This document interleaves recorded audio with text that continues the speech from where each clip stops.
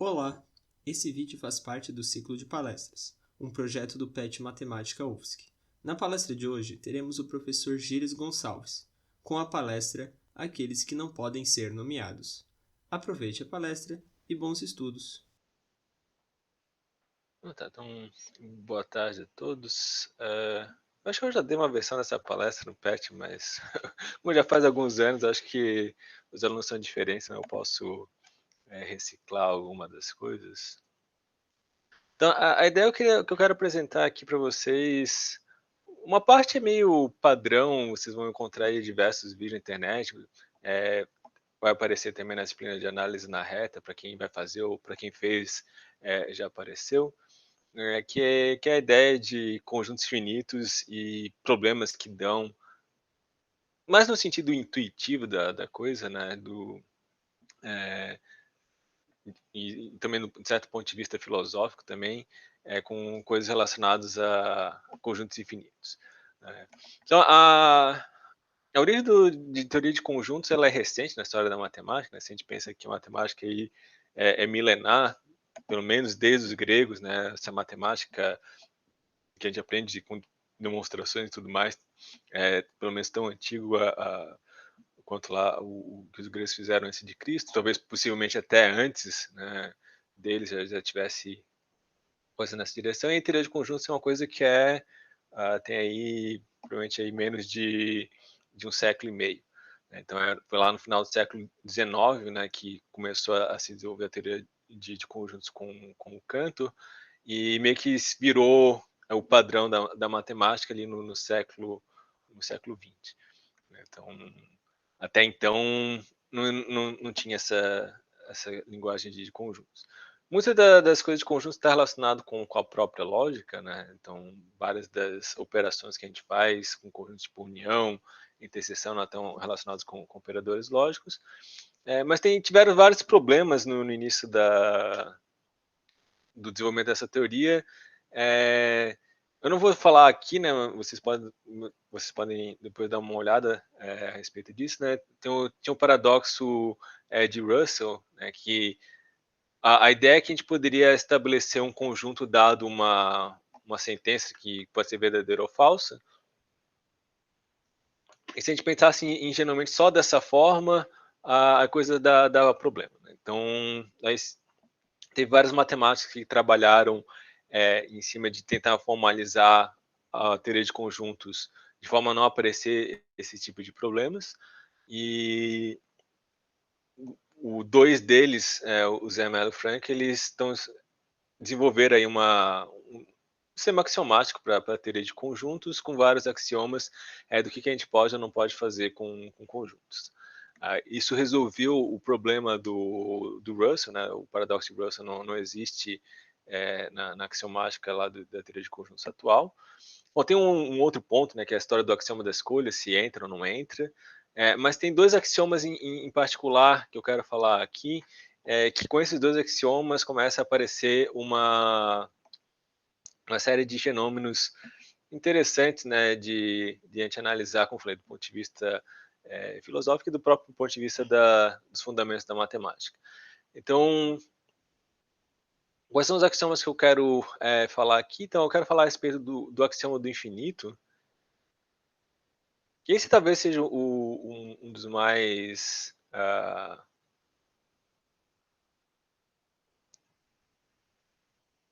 talvez o que deu mais problemas, questão de falar a respeito de infinitos. Basicamente, claro que eu não vou falar a coisa formal aqui, mas basicamente o que o axioma do infinito diz, eu vou botar aqui entre aspas, é que o conjunto dos naturais é de fato um conjunto. Né? Então a coleção dos números naturais é um conjunto. Não é exatamente isso que fala, né? Mas é uma construção possível para o conjunto dos naturais. Né? Mas basicamente o que o axioma do infinito diz é que a coleção conjunto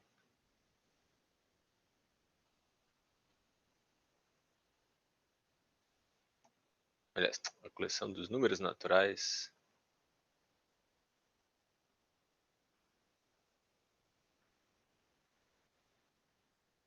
E aí Bom, claro que tem a própria definição do que é o conjunto ser infinito ou não, que também não vou entrar aqui nos detalhes da coisa, né, mas esse axioma do infinito, basicamente o que ele diz é que a gente pode montar um conjunto que tem um dado elemento, que seria o vazio representando o zero, e aí tem uma operação de sucessor, que seria o equivalente ao mais um, que pode ser feito só em linguagem de conjuntos, né, que se a gente continuar somando mais um, tem um conjunto que a gente pode montar fazendo essas duas coisas, começando do zero e somando um de maneira indefinida. E tem um outro axioma que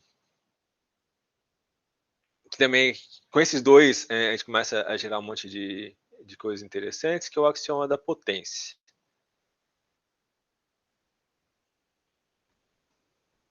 E o axioma da potência, ele basicamente diz que, bom, a gente pode formar o conjunto das partes, né? Então, vou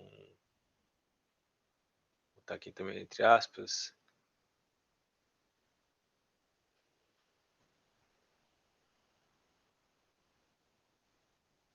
Então, a gente pode formar o conjunto das partes.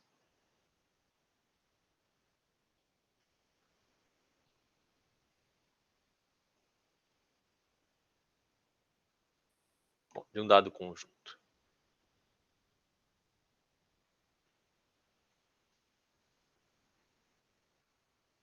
Então, a parte é a mesma coisa que subconjunto. Inclusive, eu acho que no português de Portugal eles ainda usam partes para subconjunto. Né? No português do Brasil que a gente usa subconjunto.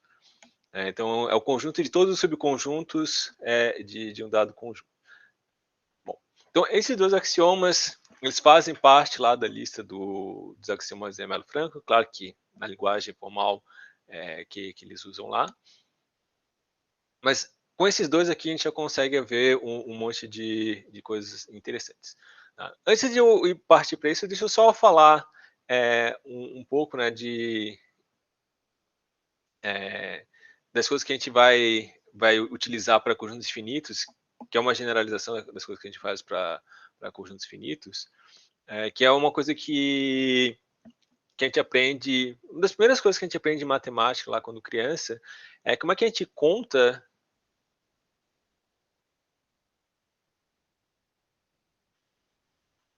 ou como é que a gente compara grandezas, né? Como é que a gente conta, como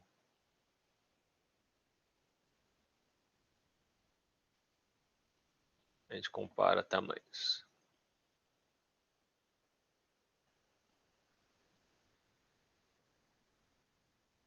Então, isso é uma das coisas que a gente aprende lá quando criança. Por exemplo, quando eu quero comparar, digamos que aqui eu tenho dois conjuntos,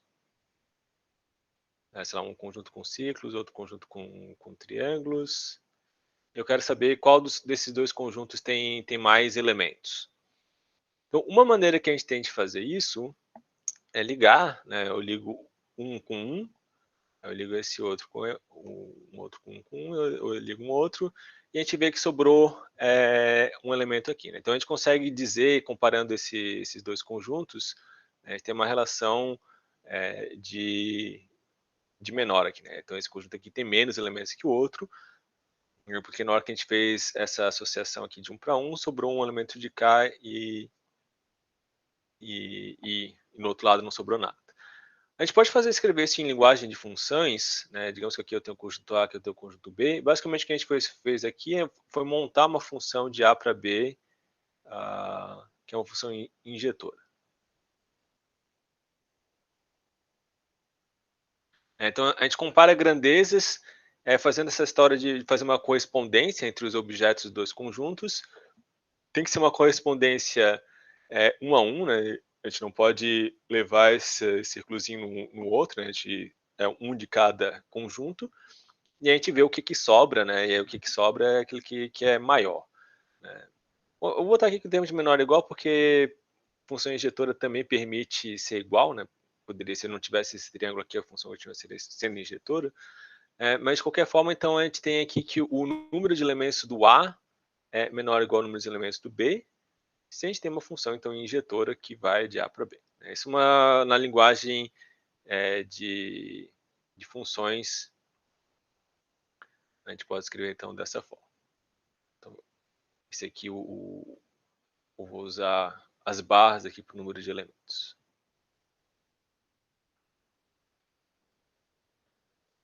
Então, essa é, digamos, a resposta da segunda pergunta, né? Como é que a gente compara tamanhos, o número de elementos. A gente faz uma associação injetora e a gente vê qual que tem mais, né? Então, qual que tem mais tem que ser eu tenho que ir do que tem menos para o que tem mais, né? Eu não posso montar uma função do B para o A dessa forma, porque esse ponto aqui não está especificado nada na imagem, né? Então não dá para fazer dessa forma. Deve fazer o contrário também, né? Poderia montar uma função de B para A sobre a injetora, também teria essa mesma relação, mas não é isso que a gente faz, né, quando a gente está aprendendo com crianças.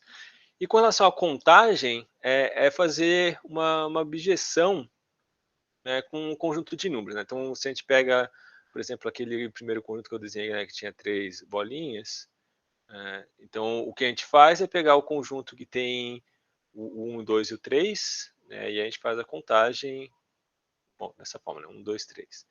Então a gente liga aqui, tem 1, 2, 3.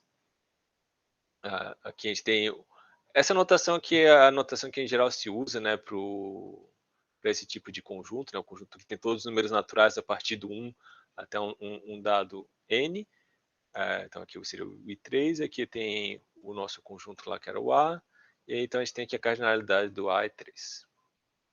Então, nesse caso, fazer a cardinalidade, a gente tem uma função bijetora, nesse caso aqui, né, a gente está fazendo uma função bijetora desse conjunto que tem 3 elementos, mas esses 3 elementos é o conjunto de 1 até o 3, né, nos naturais, no conjunto A. Então aqui eu tenho a função bijetora. E aí isso é o que a gente faz para comparar conjuntos infinitos. Então, a gente vai querer dizer, né, que dois conjuntos têm a mesma quantidade de elementos, sejam eles infinitos ou não, se existe uma função bijetora entre eles. E a gente vai dizer que um conjunto tem uma quantidade que é menor ou igual, né, se tem uma função injetora entre eles, né? Então, função injetora é o menor ou igual entre tamanho de conjuntos, e função bijetora é o igual. E aí, então, voltando lá para os axiomas, né, a gente tem o axioma do infinito, ele permite a gente fazer os naturais, né? Então, o axioma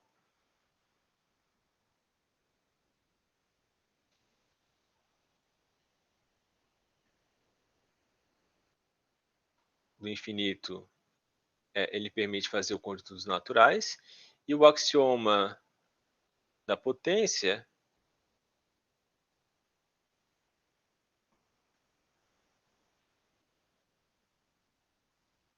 ele permite fazer o conjunto das partes, que eu vou usar aqui o P. Então, P de N é o conjunto das partes. Então, como é que agora essas coisas se comparam com relação a tamanhos, né? Então, é fácil a gente montar uma função injetora dos naturais no conjunto das partes, que é só pegar os conjuntos unitários.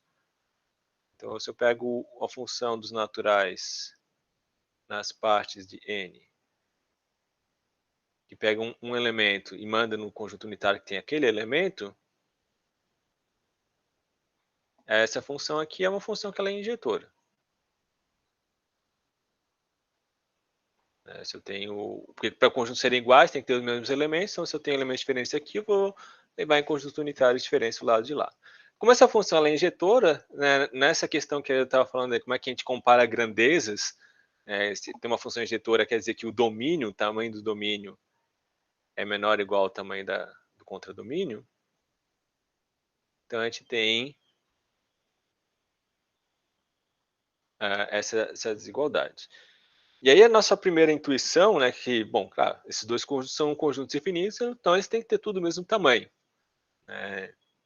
E aí a pergunta é, será que é igual, né? Então, será que é igual?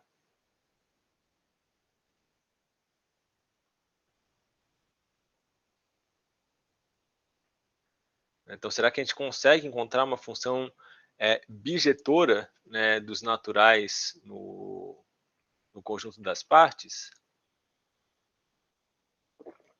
E aí a resposta é não, e aí começa a surgir as coisas interessantes, que a resposta então disso aqui é não. Então, será que é igual? Bom, então já respondi aqui, a resposta é não. Como é que a gente faz para ver que é não? Então, uma maneira que a gente tem de fazer isso a gente consegue identificar um subconjunto dos naturais como uma sequência de zeros e uns. Então, a gente identifica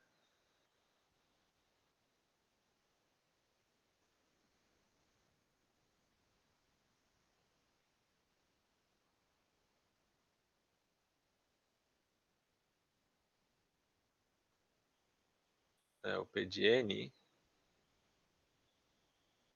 com sequência de zeros e uns.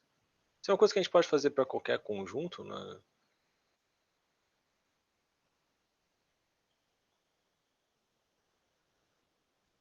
O conjunto das partes a gente sempre pode olhar como uma função, enfim. Eu vou olhar aqui como uma sequência de zeros e uns.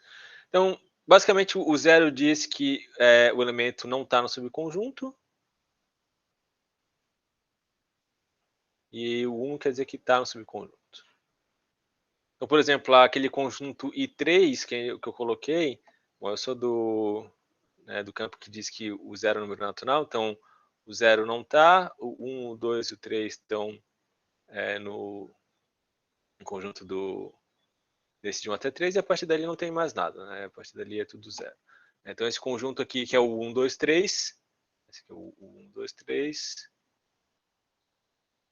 a gente pode identificar com essa sequência aqui. Eu tenho zero no primeiro termo, tem 3, 1, depois um monte de zero. Por exemplo, um outro exemplo, o conjunto dos pares. Né? O conjunto dos pares a gente pode identificar com a sequência alternada, né? 1, 0, 1, 0, e assim por diante. E isso a gente pode fazer de maneira geral. Qualquer subconjunto dá uma sequência de zeros e 1, qualquer sequência de zeros e 1 dá um subconjunto, com essa interpretação que o zero não está na posição, né? Aqui tem a posição 0, posição 1, 2, assim por diante, né? Então, olho para a posição correspondente. Então, na posição N, se é 0, quer dizer que o N não está no subconjunto, e se é 1, quer dizer que o N está no subconjunto. E aí tem um argumento famoso, que é o argumento da diagonal de canto, é que se a gente supor, então, supondo que existe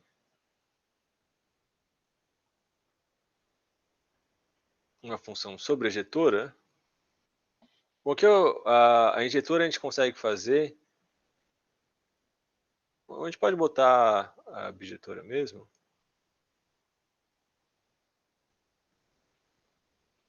a gente vai fazer, a gente vai chegar numa contradição.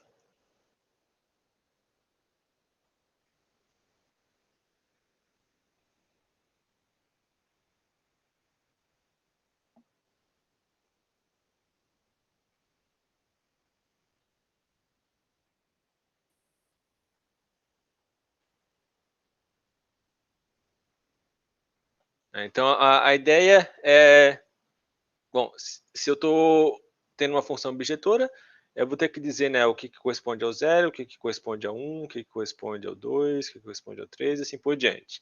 E isso aqui vai corresponder a uma determinada sequência de zeros e uns. Então, eu vou colocar só alguns primeiros termos. Né? Aqui vai ter uma sequência de zeros e uns, e assim por diante. Bom, aqui tem que ser uma sequência, digamos, diferente. Claro que só com os 5 primeiros termos não dá para identificar qual é a sequência, né? Mas, enfim. E aqui a gente vai ter um outro termo da sequência. E assim a gente vai fazendo. Então, cada número vai ter que estar associado a uma sequência. E por que ele é chamado de argumento diagonal? Então, a ideia é a gente olhar para a diagonal. Então, a gente olha aqui para a diagonal. E a gente vai começar a montar uma nova sequência que tem exatamente o oposto do que cada um tem na diagonal. Então, a gente começa a montar essa sequência que tem o oposto no sentido, né, do se é o 0 vira 1 e se é 1 vira 0. Então, para esse exemplo aqui, a gente monta uma sequência que é o 1, 1, 0, 1 e assim por diante. Então, isso aqui corresponde, sei lá, chamar isso aqui de x.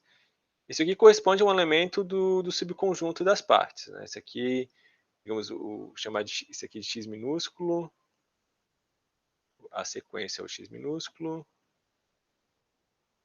Essa sequência x minúscula corresponde a um x maiúsculo, que é um elemento lá do conjunto das partes. Só que esse x aqui, ele não pode estar na imagem dessa função, né? Então, se eu chamo essa função aqui de f, então f é a função que é, digamos, descrita dessa forma, esse x aqui ele não pode estar na imagem da função. Por que ele não pode estar na imagem da função? Porque, bom, o primeiro dígito, né, o dígito na posição 0, é diferente do dígito 0 correspondente ao 0. O que está na posição 1 é diferente da posição 1 do elemento 1. O que está no 2 é diferente da posição 2 do elemento 2. Né? Ele é diagonal porque a gente pega a mesma entrada, né, do correspondente à enumeração que a gente está fazendo. Então, esse elemento aqui ele não está na imagem, e aí, bom, aí chega numa contradição, porque a gente está supondo que ela é função sobrejetora, e aí chega que ela não é sobrejetora, a gente tem uma contradição. Então, isso quer dizer o quê? Que o conjunto das partes dos naturais é maior ou igual, né, no sentido de cardinalidade, tem um tamanho que é maior ou igual, mas não pode ser igual, porque não pode ser uma função objetora. E aí, né, nessa teoria de ordem que a gente trabalha, né, quando é menor ou igual e não é igual, a gente diz que é estritamente menor. Então, a conclusão que a gente chega dessa história toda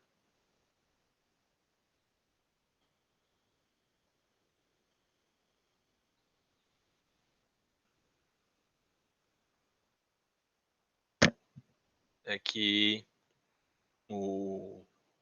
a cardinalidade dos naturais ele é estritamente menor, né, do que a cardinalidade do conjunto das partes.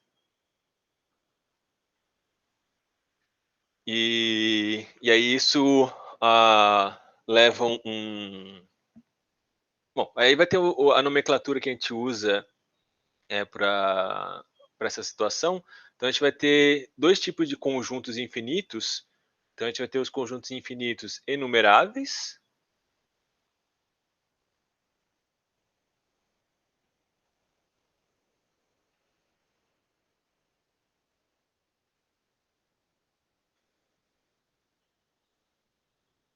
Então, os conjuntos infinitos enumeráveis é aquele que tem uma abjeção, né, com os naturais. Então, aqui tem a abjeção com os naturais. E os conjuntos infinitos não enumeráveis, bom, ele tem que ser infinito. Então, conjuntos infinitos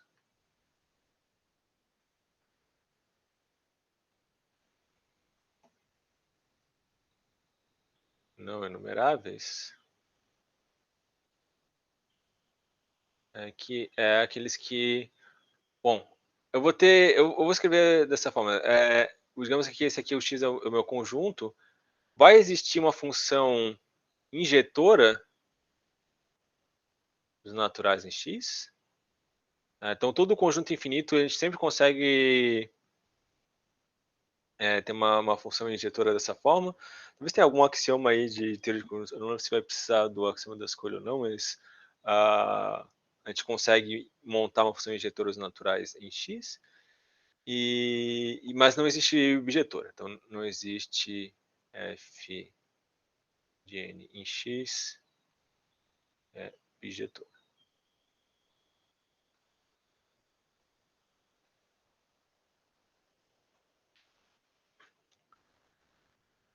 Bom, então isso quer dizer que então, existem esses conjuntos maiores, né, que o conjunto dos naturais. E em particular, esse argumento, talvez quem já viu, né, tenha visto, em vez de trabalhar com sequências aéreas de 1, trabalhar com os algarismos de 0 até 9, e aí fazer uma coisa com os números reais. Né? Então, dá para adaptar esse argumento e verificar dentro dessa história toda, né? Então, um teorema que o conjunto dos números reais é não enumerável. Não é um conjunto. Em geral, quando a gente fala não enumerável, já está subentendido também que ele é infinito. O enumerável é que depende, às vezes tem infinito enumerável, às vezes infinito enumerável é chamado de contável, mas, enfim, para não enumerável não tem ambiguidade nenhuma, então R é um conjunto não enumerável.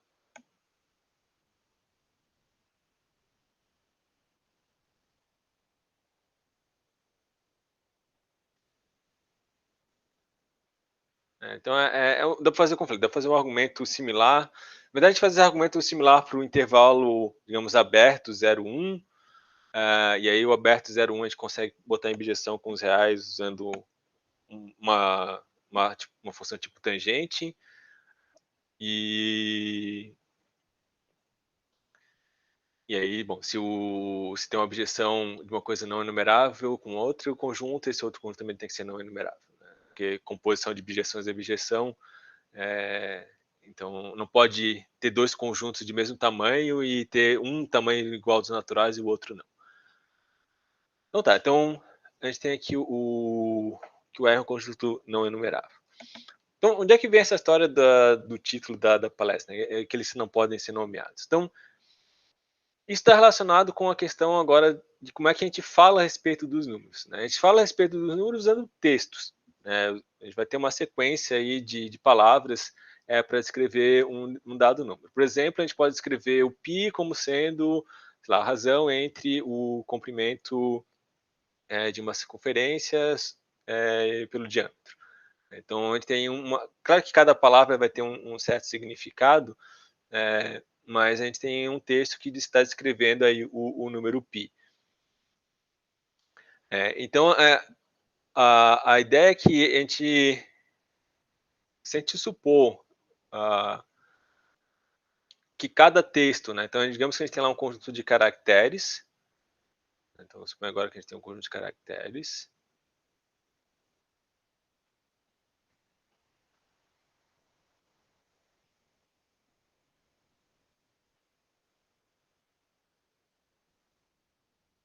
sei lá, o nosso alfabeto com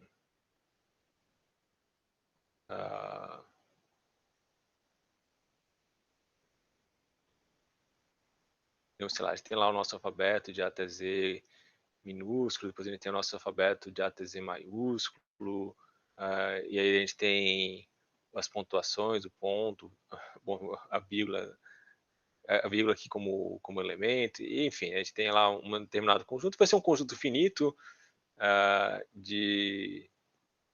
esse aqui vai ser um conjunto finito de símbolos, né?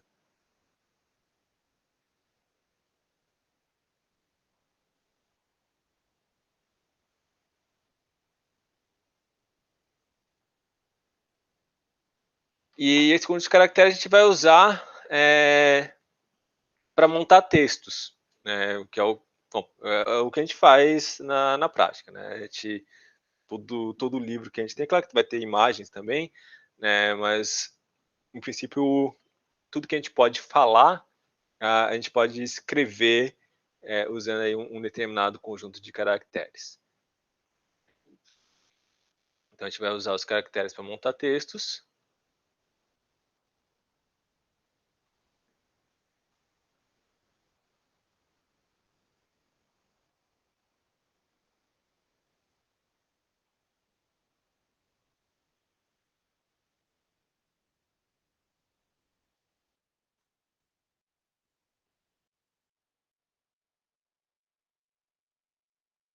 E a gente vai supor que cada texto define no máximo um número real.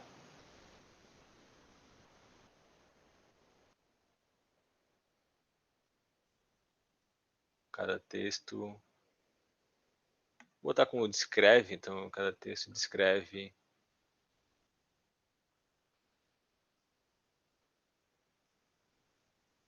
no máximo um número real.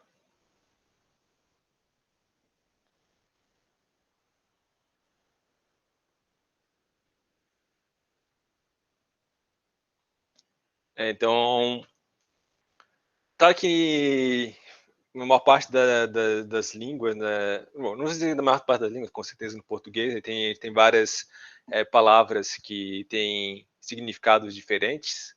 Né? Então, por exemplo, a palavra para pode indicar aí a preposição, ou pode indicar a questão do verbo parar, né? E mesmo no verbo parar, pode ser o parar numa conjugação, ou pode ser o parar do imperativo, enfim. Então, a gente tem palavras aí com vários significados, mas vamos supor que cada texto que a gente monta lá com o nosso conjunto de caracteres pode descrever no máximo um número real. Aqui ainda não é a pergunta. Né? Então, a pergunta é, será que a gente consegue descrever todos os números reais?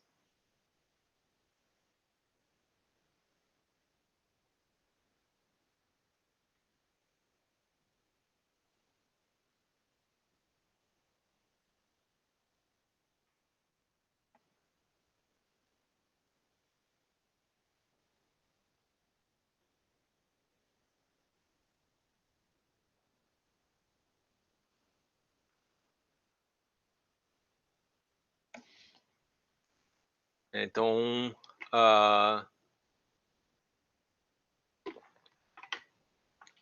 para que isso fosse possível, a gente teria que conseguir montar,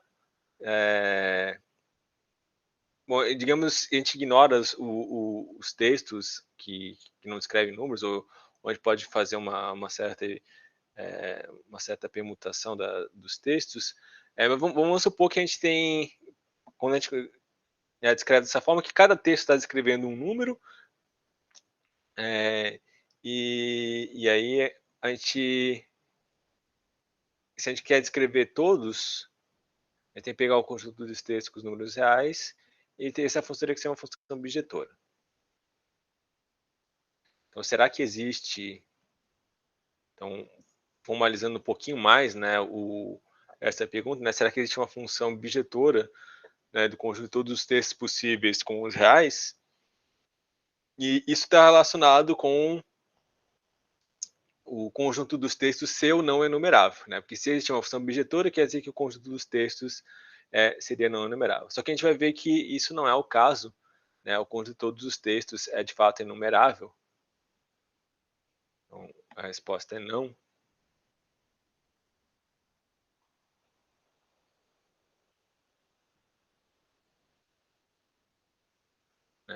O conjunto dos não, pois, né? O conjunto dos textos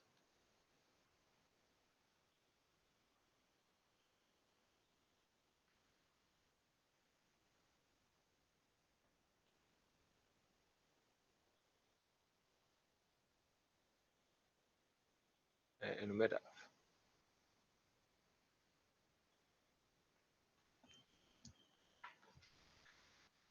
Então, só para ilustração, né? Digamos que a gente tem, digamos, 100 caracteres, né, que a gente pode usar para escrever todos os textos. Na verdade, basta 2, né? Porque, né, tudo que a gente escreve, a gente consegue armazenar de maneira digital, e maneira digital a gente só precisa do 0 e 1 lá dos bits para poder armazenar. Mas digamos que a gente tem 100 caracteres para fazer. Como é que a gente faz para enumerar os textos? A gente pode fazer, né, os 100 primeiros. Bom, a gente pode olhar, né, para as potências, né? Então, se eu quero na minha enumeração, eu posso enumerar digamos que eu tenho lá o nosso alfabeto, né? Digamos, eu posso começar então aqui do 0, aí tem lá o B, o 1, e assim a gente vai fazendo até chegar a um determinado símbolo lá, que é o último símbolo. Digamos que o último símbolo é um parênteses. Esse aqui é bom, como eu tenho 100 caracteres, aqui eu tenho o 99. Aí depois a gente faz o AA, que aí seria o elemento 100. Aí digamos que a gente deixa o A fixo no primeiro, a gente faz no segundo. E aí, se a gente continuar dessa forma, aqui, sei lá, tem até o A parênteses, Isso aqui seria o 199, e depois, digamos, a gente vai para o BA e assim por diante, né? Que é o 200 e assim por diante. Então, se eu der um texto para vocês, e aí a gente tem a ordem, essa ordem a gente chama de ordem lexicográfica, né? Então, primeiro tem a ordem do tamanho, depois a ordem lexicográfica. Então, se eu der um texto para vocês, vocês vão conseguir dizer exatamente qual que é o número correspondente a um dado texto, se eu monto as regras, né? Eu tenho essa numeração aqui dos caracteres, e aí como é que eu organizo entre textos, né, que tem o mesmo número de caracteres, como é que eu organizo eles, né? Então, a gente consegue fazer qualquer texto que tenha uma quantidade infinita de letras, né, a gente vai conseguir, então, enumerar ela. Então, aí entra no título da palestra, então vai ter na verdade vai ser uma quantidade infinita, e vai ser uma infinita não enumerável, uma quantidade infinita não enumerável de números reais dos quais a gente não pode falar, né? E aí eu sempre fico, sei lá, fico me perguntando, né, no ponto de vista mais filosófico da coisa, né, que se a gente não pode falar a respeito do número, como é que a gente pode dizer que esse número existe? Então, isso entra um pouco não vou entrar muito em detalhes da coisa, mas entra um pouco na filosofia da matemática, né? Então, tem várias escolas de pensamento da matemática. De certa forma, esse é um dos problemas, né, que pode surgir. E aí, entre as, digamos, principais, tem a escola... bom, tem o que a gente chama de intuicionismo, mas o intuicionismo tem aí diversos ramos, né? E um deles é o que a gente chama do finitismo, né? E aí tem o finitismo estrito e tem o ultrafinitismo, que basicamente o finitismo diz, né? A gente só pode, digamos, na questão da existência, só existem números finitos, né? Não existem números infinitos, então com os números reais não existiria para essa teoria, mas ainda assim a gente pode ter o infinito potencial, né? Então, tem os naturais, cada número é um número finito, assim, eu posso somar um, mas eu não posso formar, de fato, a coleção, o conjunto dos naturais. A gente pode somar um sempre, qualquer número finito, mas a gente não pode montar a coleção. Isso digamos, a escola que a gente chama de finitismo. Tem o finitismo estrito, que nem isso a gente pode fazer. A gente pode falar dos números naturais, mas não tem esse infinito potencial. E tem o ultrafinitismo, que se é um número que é tão grande que a gente não consegue nem falar, nem imaginar, sei lá, se tem mais partículas, um número que é maior que o número de partículas aí do universo, supondo aí que o universo seja finito, mas a gente nem consegue escrever isso, porque nem tem partícula no universo suficiente, né, para a gente poder escrever.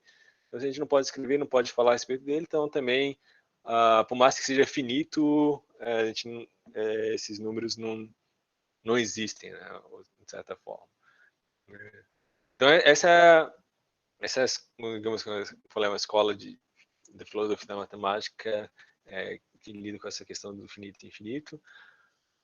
Então, dizendo simplesmente que esses números, né, não existem e, de certa forma, tu quer montar uma matemática em que os axiomas da teoria de conjuntos teria que ser uma coisa diferente, né? O axioma do infinito é um axioma que não faria sentido para essa escola.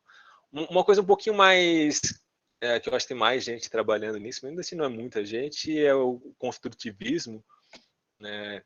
E tem muita demonstração em matemática que a gente faz com relação à existência, que a gente não faz uma construção explícita daquilo que a gente está dizendo que existe.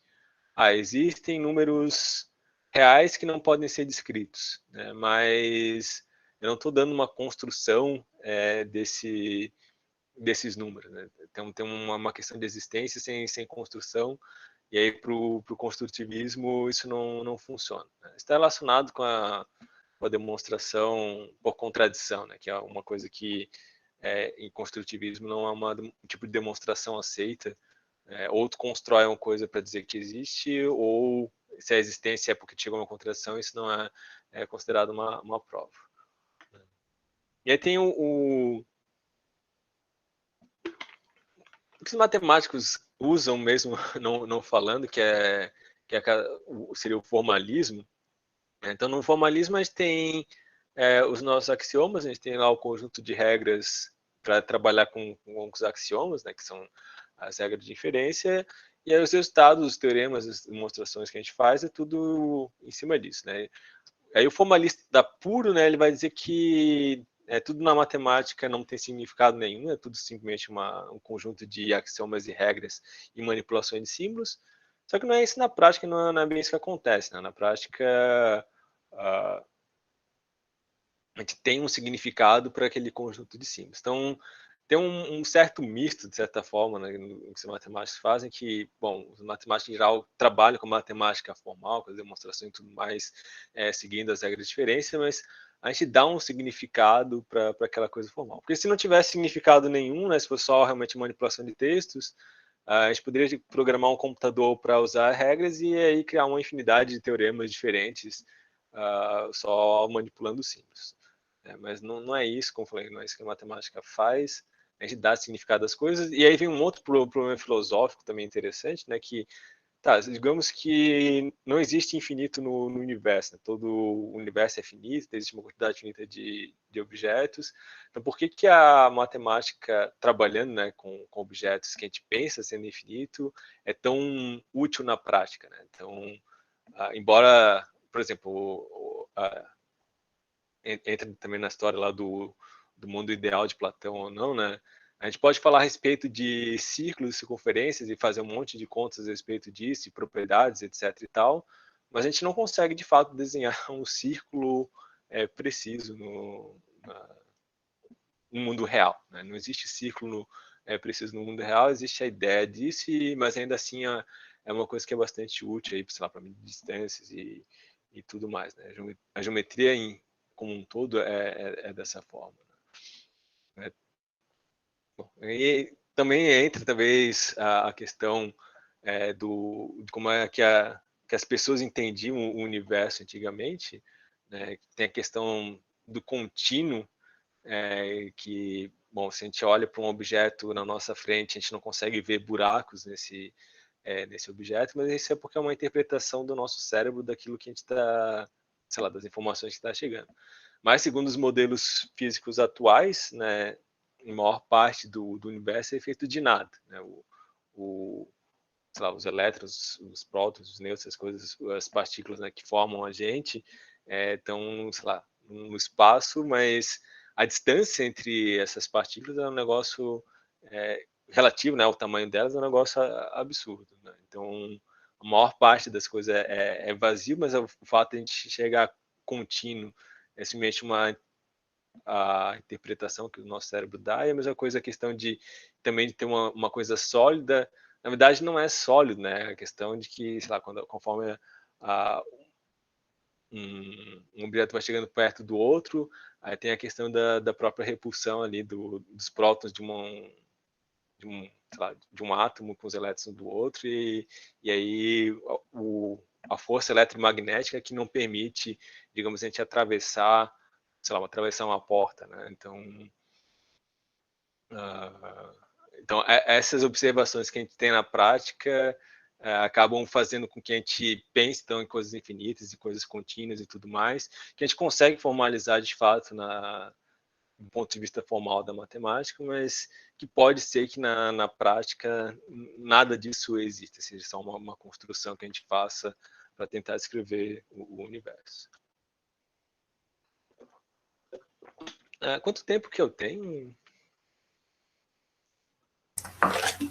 Bom, professor, é livre, assim, no sentido de ter 1h30, né, 1h15, mas é 12h50, então tem bastante tempo, se quiser continuar falando, não tem problema. Tá, então, deixa eu falar da outra parte que eu tinha colocado lá na questão do resumo. Né? Então, essa seria o título da palestra, mas o axioma do infinito e o axioma das partes tem mais coisas que a gente pode fazer. Né? Então, o que a gente fez efetivamente foi mostrar, né, que se eu tenho um conjunto dos naturais e a gente monta o conjunto das partes, então o conjunto das partes é um conjunto que é maior e estritamente maior que o conjunto dos naturais. No sentido de ter uma função injetora, mas não tem uma função sobre-injetora. Mas esse argumento ele pode ser generalizado. Então, essa história da diagonal de Cantor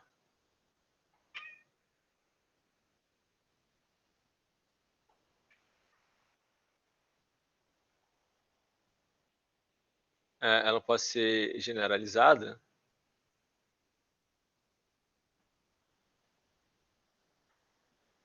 então, da seguinte forma. Então, o teorema que que eu vou demonstrar aqui é que se a gente tem um conjunto X,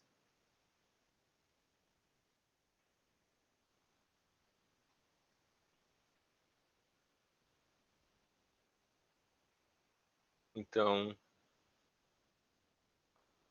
a cardinalidade do X é sempre estritamente menor do que a cardinalidade do conjunto das partes.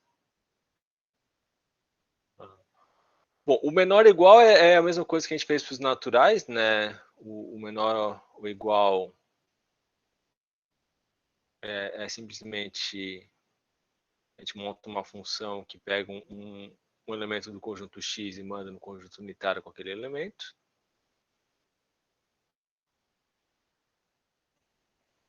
Essa aqui é uma função injetora. Essa é sempre função injetora. E agora a questão vamos mostrar que não existe função sobrejetora. As provas que a gente faz uma prova por contradição.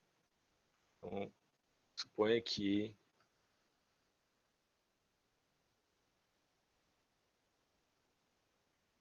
existe, né, uma função agora sobrejetora.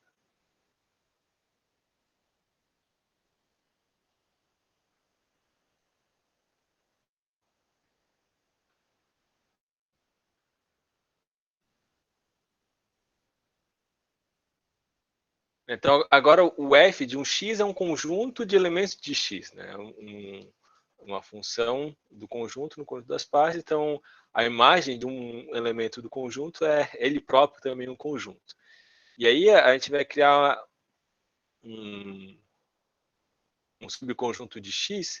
Esse é um outro axioma que tem lá na teoria de conjuntos, que é o axioma da especificação, que eu posso descrever um conjunto, na verdade não um conjunto genérico, mas um subconjunto, dando uma propriedade. Então, eu posso dizer, digamos, o conjunto B, que são os elementos de X, e aí eu tenho uma sentença a respeito dessa variável, que diz sim ou não, né, que é uma propriedade com sim ou não, e aí a gente vai se perguntar se o elemento está na sua própria imagem. Né? Então, é um pouco mais abstrato, né, do que a gente estava fazendo antes, mas o central da ideia no fundo é a mesma coisa. Então aqui a gente está especificando um conjunto com uma determinada propriedade. Essa propriedade aqui é a função, porque a função esse f de x aqui agora é ele próprio também um subconjunto de x. E bom, esse b aqui ele está nas partes. Está nas partes de x porque ele é um subconjunto de x. Então, se a função f é sobrejetora, então, como está supondo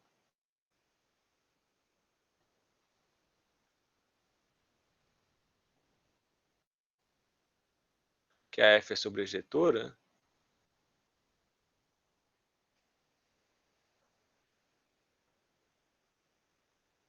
o que isso quer dizer? Quer dizer que esse b está na imagem, se esse b está na imagem, tem que existir um elemento que é mandado nele. Existe um b, um elemento de x, tal que o f desse bzinho é o bzão.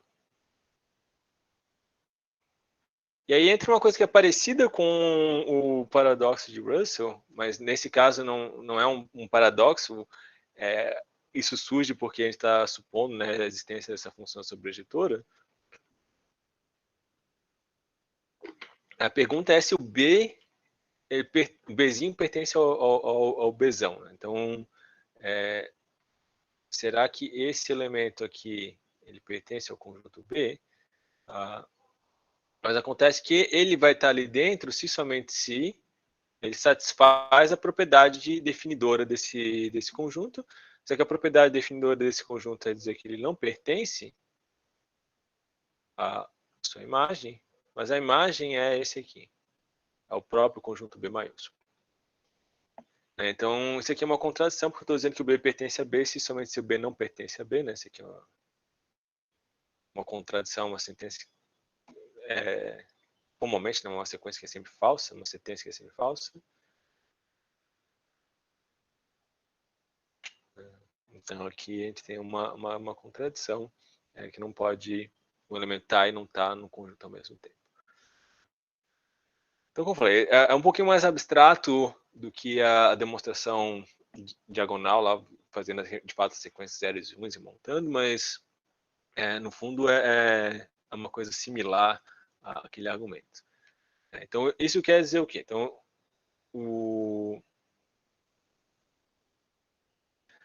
isso vai querer dizer que não só tem infinitos diferentes, né?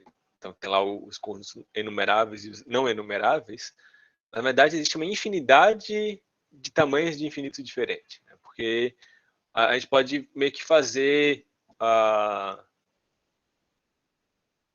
isso em geral, né? A gente pode fazer uma consequência disso, um corolário desse resultado, é que não existe, então não existe uma maior cardinalidade.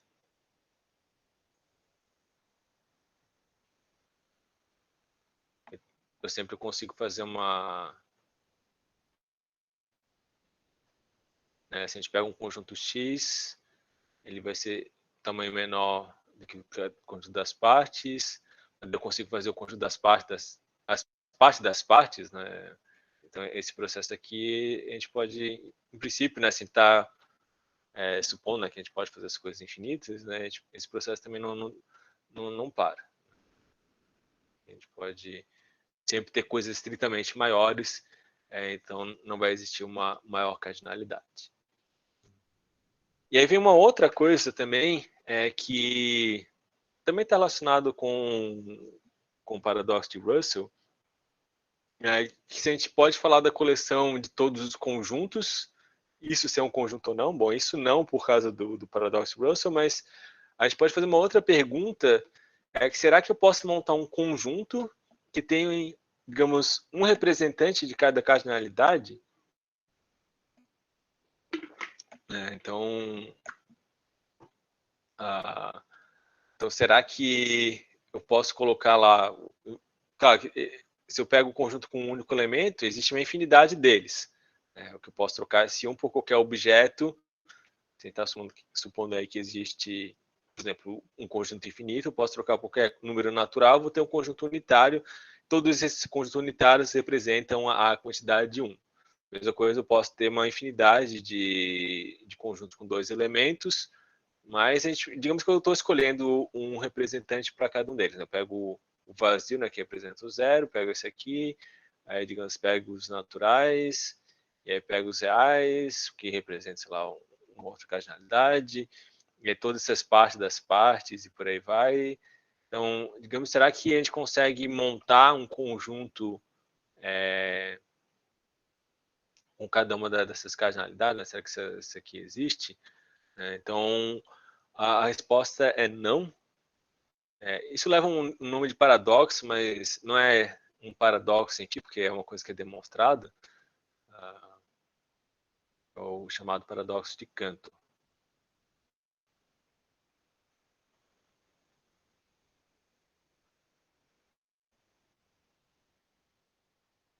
E aí o paradoxo de Cantor ele diz o seguinte: então, é que não existe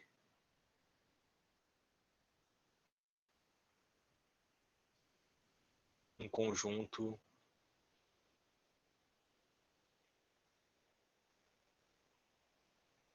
contendo um representante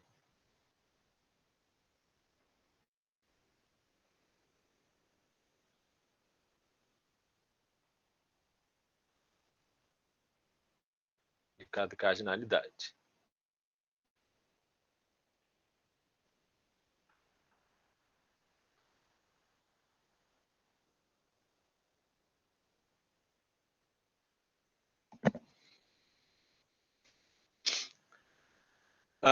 Bom, e a demonstração entra numa outra dos axiomas lá da teoria de conjuntos, é que digamos que sim, né? Então eu suponho que sim. Então eu suponho que x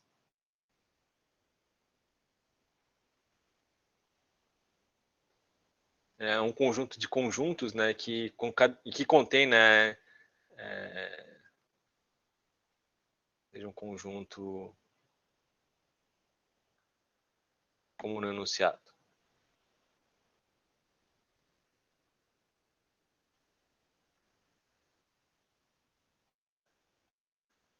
Aí a gente pode criar um outro conjunto que é fazer a união dos elementos de x.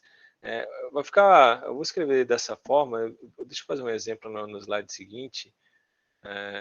Mas isso é uma das coisas que está lá nos axiomas da teoria de conjuntos, é que se eu tenho um conjunto de conjuntos, eu posso fazer a união dos elementos dele. Então, por exemplo, digamos que se eu fizesse um conjunto que tem o 1, depois eu faço o conjunto que tem o 2, 3, ou eventualmente tenho lá o 1, 2, 4, por exemplo, uma coisa desse tipo. E esse aqui é o meu x. Então, a união do x é a união dos elementos que estão ali dentro. Então, vai ser o 1, união 2, 3, união 1, 2, 4. Nesse caso, seria 1, 2, 3, 4. Então, esse é o que eu estou chamando do y. Então, só um exemplo dessa construção. Né? Então, se eu tenho um conjunto de conjuntos, eu posso fazer a união dos elementos ali dentro. Né? Então, esse aqui quem está fazendo.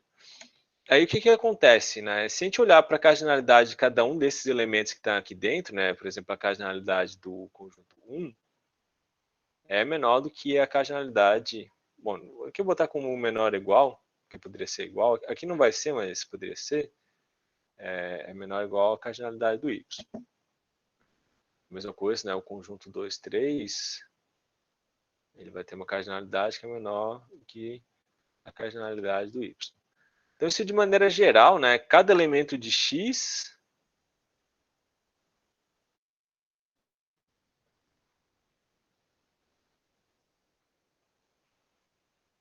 vai ser um conjunto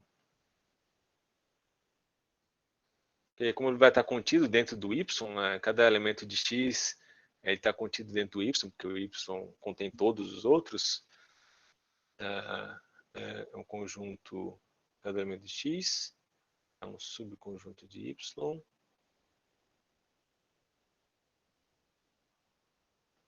E logo a cardinalidade é menor do que a cardinalidade de y.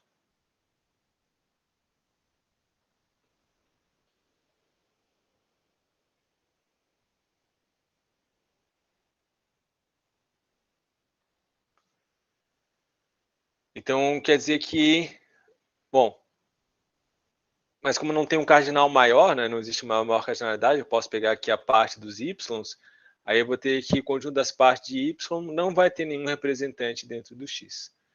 Porque se todo representante do x tem uma cardinalidade menor ou igual ao do y, mas do y tem uma cardinalidade que é estritamente menor que um outro, esse outro não pode estar ali no x. Então,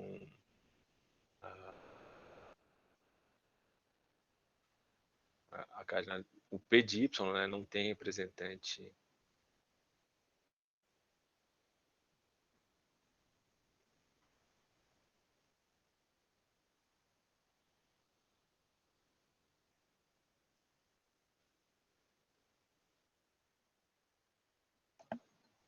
em x. Então, isso é uma coisa que a gente diz que a coleção de todos os conjuntos, que em particular vai com tema de cardinalidade, ele é muito grande para ser um conjunto. Então, terminar aqui, né? Então, a gente pode dizer que a coleção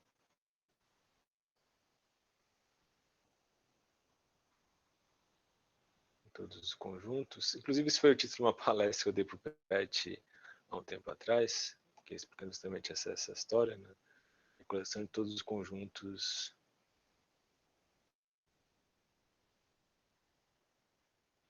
Ela é muito grande.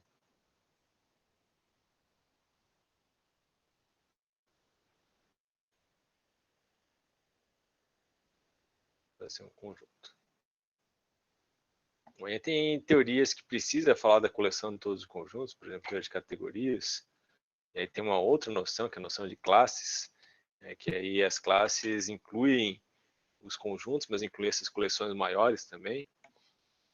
E aí essa história, então, como conjunto, a coleção de todos os conjuntos é muito grande, isso é o que chama das classes próprias, né, que são classes que não são conjuntos. Enfim, é uma coisa que só com os axiomas da teoria de conjuntos a gente consegue falar de primeiro, né, de infinitos de tamanho diferentes. Não só tem infinitos de tamanho diferentes, mas tem uma infinidade de infinitos de tamanho diferente. E aí, se a gente quer fazer a coleção de todos esses tamanhos infinitos, a gente não pode nem fazer isso como conjunto, porque daí fica muito grande para ser um conjunto. Então, é um nível de abstração bastante grande que, como eu falei, né, se a gente pensa aí na filosofia da matemática, será que a gente pode falar dessa coleção em todos os conjuntos se a gente mal consegue falar de sei lá, de números que... bom, tem números que a gente nem consegue descrever, né, números reais, e mesmo em números naturais, né? Se a gente começar a escrever uma sequência de noves para toda a nossa vida, e a gente pega nosso descendente e ele começa a escrever um monte de nove e tal, eventualmente vai todo mundo morrer, mas vai ter uma quantidade infinita de noves e os outros, a partir dali, a gente nem consegue nem escrever, né? Então, quando a gente começa a falar das coisas muito grandes, começa a meio que perder um sentido físico da coisa, mas o sentido abstrato dele a gente consegue trabalhar, e se a gente faz os axiomas e tem as regras lá de lógica para trabalhar com essas coisas, a gente consegue fazer isso, e a gente consegue dar um significado para essas coisas, né? Como eu falei, a matemática em si, por mais que ela trabalhe de uma maneira formal, as pessoas que estão trabalhando com matemática, elas têm uma certa entendimento dos objetos que elas trabalham, por mais que esse objeto seja abstrato,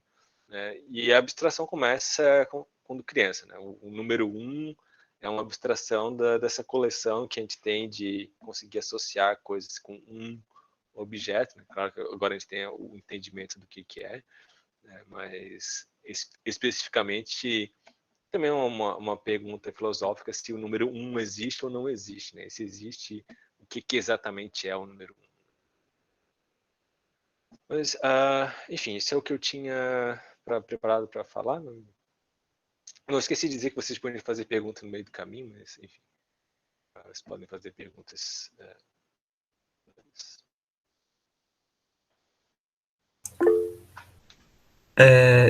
Eu tenho uma... o Debola levantou a mão. Debola, pode falar primeiro.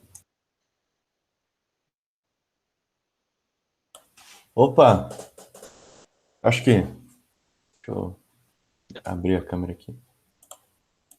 Estão me ouvindo bem? Sim.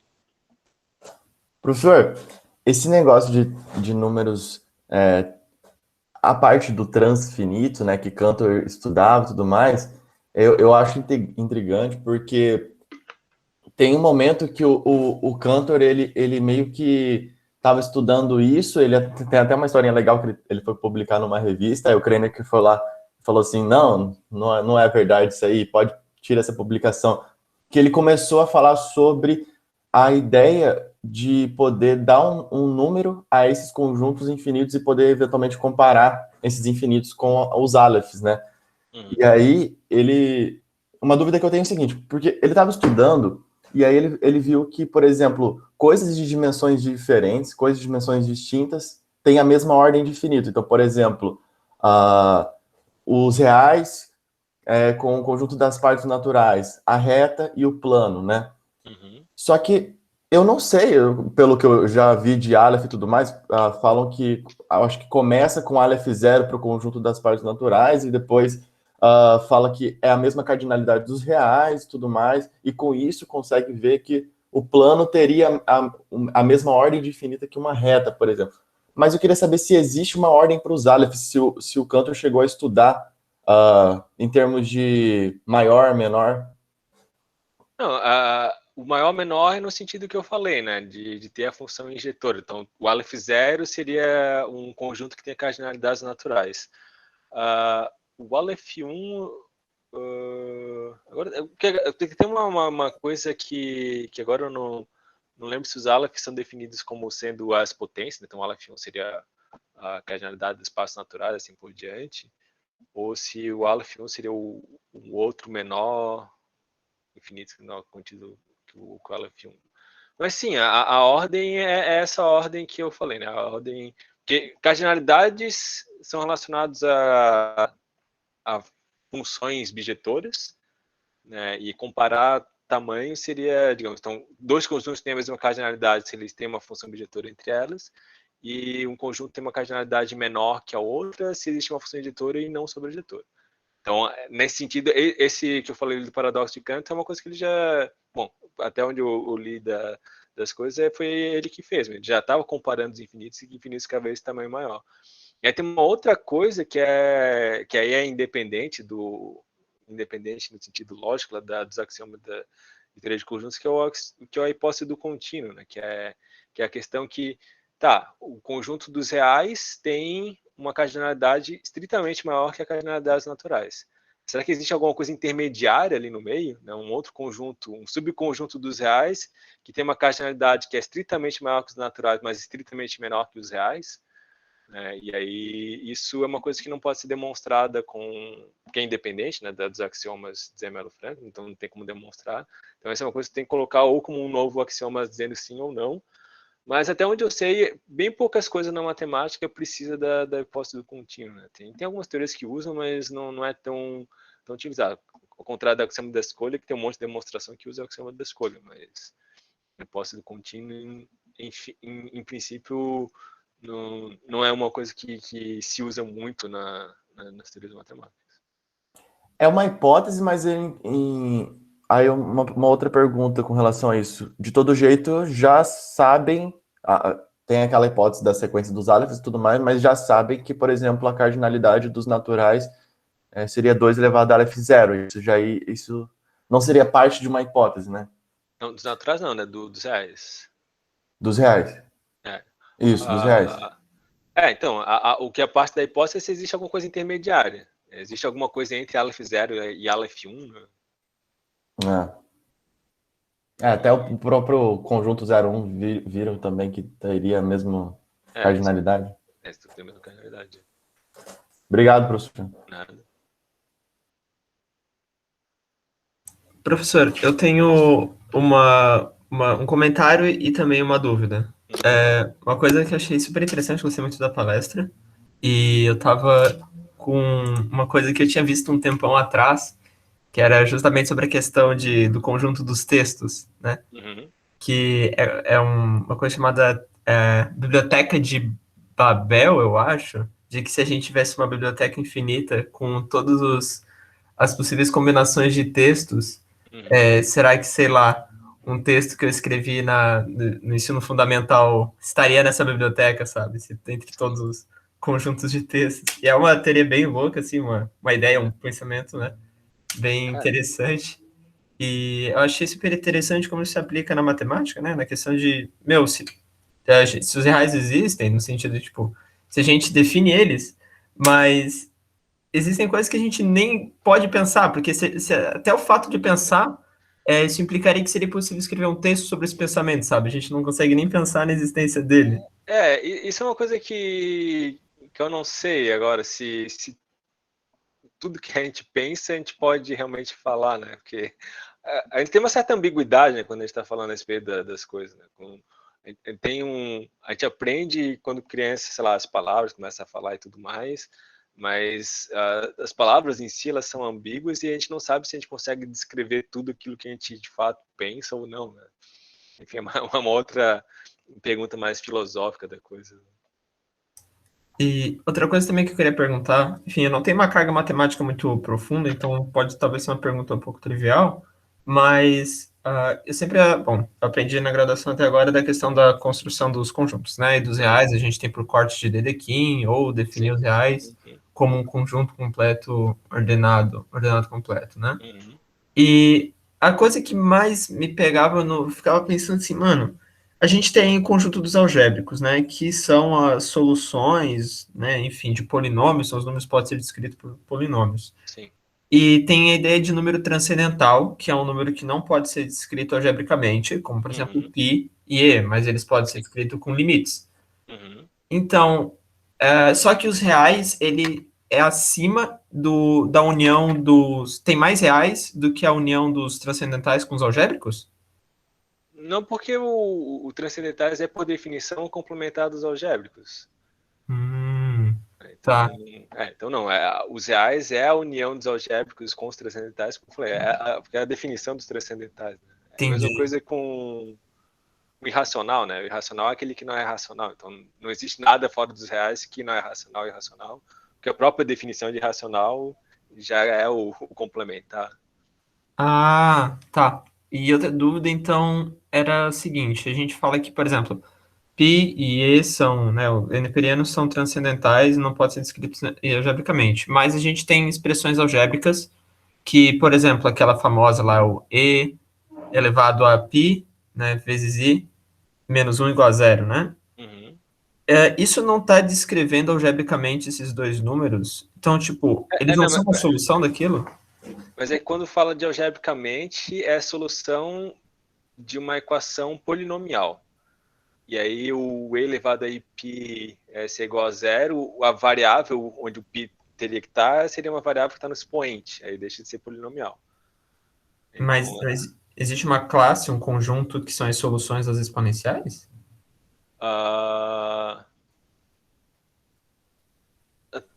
Na verdade, na verdade, acho que todo número dessa forma vai ser transcendental.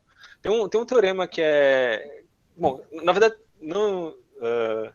mas tem algumas hipóteses para se colocar, mas tem um teorema que é chamado teorema de Hermite-Lindemann, que basicamente diz que se tem uma equação onde... Deixa eu até escrever aqui. Então, se tem uma equação do tipo, sei lá, 1e elevado a alfa 1x mais 1a2e elevado a alfa 2x mais até 1an e elevado a alfa nx. Isso aqui igual a zero. Bom, e a gente quer resolver na variável x. E esses a1 até a n e alfa 1 até alfa n são algébricos. Bom, talvez tenha alguma hipótese aqui que eu esteja esquecendo, mas isso implica que as soluções dessa equação, o x tem que ser transcendental. Que é a demonstração, uma demonstração que o π é transcendental, justamente pelo fato dele satisfazer essa equação aqui, né, o elevado a ipx, ou elevado a ip. Bom, ele é a solução da equação, né? Ele é a solução da equação elevado a x mais 1 igual a zero, né? Então, π é a solução disso aqui. Pelo fato de ser a solução e sair desse teorema é que a gente conclui que o π é transcendental. Esse aqui é um teorema... Bom, agora a biblioteca está fechada, né? Mas tem um livro que é, acho que 100 grandes problemas da matemática, os 100 problemas clássicos da matemática. Um desses é esse aqui, é o teorema de Hermite. Bom, talvez eu esteja escrevendo o Lindemann mesmo, que eu não sei se tem um R, não tem um R, se é um M, ou 2M, ou 2N, enfim. Alguma coisa desse tipo aqui, que basicamente diz que se tem uma variável x no exponencial e se os coeficientes que aparecem são coeficientes algébricos, então a solução tem que ser um número transcendental. Mas todo número transcendental pode ser descrito assim? Ou, tipo, não?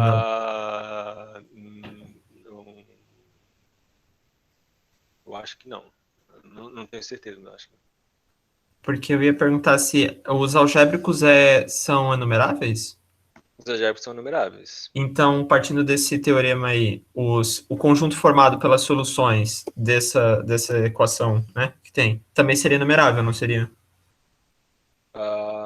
Sim. Então, de fato, tu vai ter números transcendentais que não são soluções de uma equação desse tipo. Esses transcendentais que não podem ser descritos assim são números que, teoricamente, a gente nunca trabalharia com eles, né? Porque a gente pode criar quantas operações forem, a gente sempre vai ter números que não podem ser descritos por operações. Sim, porque esse entra no que eu falei, que no fundo operações e equações e tudo mais, tu tem um texto que está descrevendo o número, né? Então, as soluções da equação tal é um texto que tu descreve. Então, independente de quantas operações quanto monta, vai ter números que não consegue escrever dessa forma. Isso é muito louco, nossa. Eu nunca tinha parado para pensar nisso, sabe, assim, de uma forma tão profunda. É, Mas, nossa, muito legal isso. é uma coisa que eu falei, essa parte de numerável, não numerável, tá, é uma coisa bastante padrão, mas essa questão de números descritivos e não descritivos é uma coisa que não é tão comum assim das pessoas falarem, pensarem a respeito. Uma outra coisa que é interessante também nessa história lá da Biblioteca de Babel é que tem a questão dos números irracionais, né? Então, será que, e aí, pensando nessa história que todo o texto pode ser descrito como uma sequência de zeros e uns, ou, sei lá, pode pensar também com números de 1 até 9. Então, será que existem números irracionais que codificam todos os textos possíveis? E a resposta é sim. Bom, o número que a gente faz para codificar todos os textos também a gente consegue escrever ele, ou descrever ele de fato, né? Então, se eu pegar o número que é o 0,01, depois eu faço o próprio 0001, 1, depois assim a gente vai fazendo, né? Todas as sequências de um dígito, toda a sequência de 2 dígitos, toda a sequência de 3 dígitos, e assim por diante, né? Então, isso aqui é um número real, né? Porque o número real ele pode ser descrito, né, usando uma representação decimal, e esse número aqui, ele, de certa forma, ele codifica todos os textos possíveis, né? E eu até estava assistindo um seriado uma vez que sei lá, o professor lá estava querendo falar a respeito disso, ele estava falando a respeito do pi, mas eu acho que o do pi ainda é uma pergunta em aberto. Será que o pi contém todas as sequências finitas de números? Contém todos os números naturais, né, como um bloco lá das sequências do pi. E eu acho que isso acho que tem um nome para esse tipo de número, e até onde eu sei, o pi é uma pergunta em aberto se tem ou não. Então, só para mostrar um que não tem um número irracional que não tem todos os textos possíveis, seria fazer, digamos, eu faço 0, 1, daí eu vou colocando uma quantidade cada vez maior de zeros entre uns, e assim por diante, né? Então, aqui com certeza não tem todas as sequências de zeros e uns, porque não tem nenhuma sequência de um com um consecutivo. Esse número é irracional, porque ele não tem nenhuma dízima periódica, eu estou aumentando cada vez mais o número de zeros. Então, a gente tem números irracionais que não têm todas as sequências, mas a gente tem números irracionais que contêm todas as sequências possíveis, né? E aí, saber, por exemplo, se o pi tem ou não tem é um problema extremamente complicado, e eu acho que até onde eu sei, é um problema em aberto. Isso pode estar relacionado com a forma como a gente descreve os números, né? A gente escreve por símbolos em sequência. Tipo, até que ponto a nossa linguagem matemática é um problema, sabe? É, isso isso tem várias. O pessoal da lógica estuda um pouco nesse sentido também, porque a matemática ela é uma coisa que por exemplo, tem lá o princípio de terceiro excluído, uma coisa é ou coisa não é, né? Mas, sei lá, se eu pergunto se esse objeto é uma caneta, né? Bom, A gente pode dizer responder sim ou não, mas tem uma questão temporal, porque eventualmente essa caneta vai se quebrar, vai se decompor e tal, eventualmente vai deixar de ser uma caneta. Então, será que a gente pode simplesmente responder sim ou não? Ou será que tem uma coisa temporal? Será que tem ambiguidade?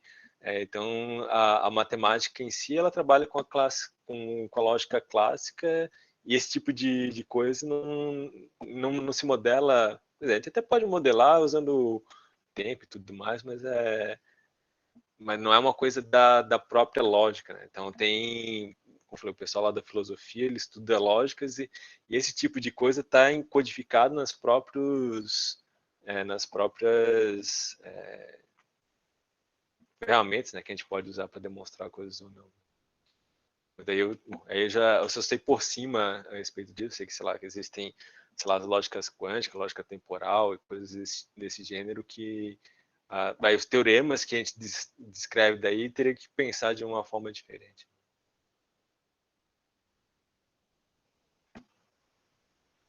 Obrigado, professor. Era isso que eu estava mais com a pulga atrás da orelha pensando. Mas é a pergunta filosófica. Por mais que a gente use só lógica clássica na matemática, como é que a matemática ainda assim é tão útil, né, para descrever as coisas que não seguem, digamos, a lógica clássica? Se precisa de tempo, se tem ambiguidades e tudo mais, ainda assim a gente consegue fazer um interessante.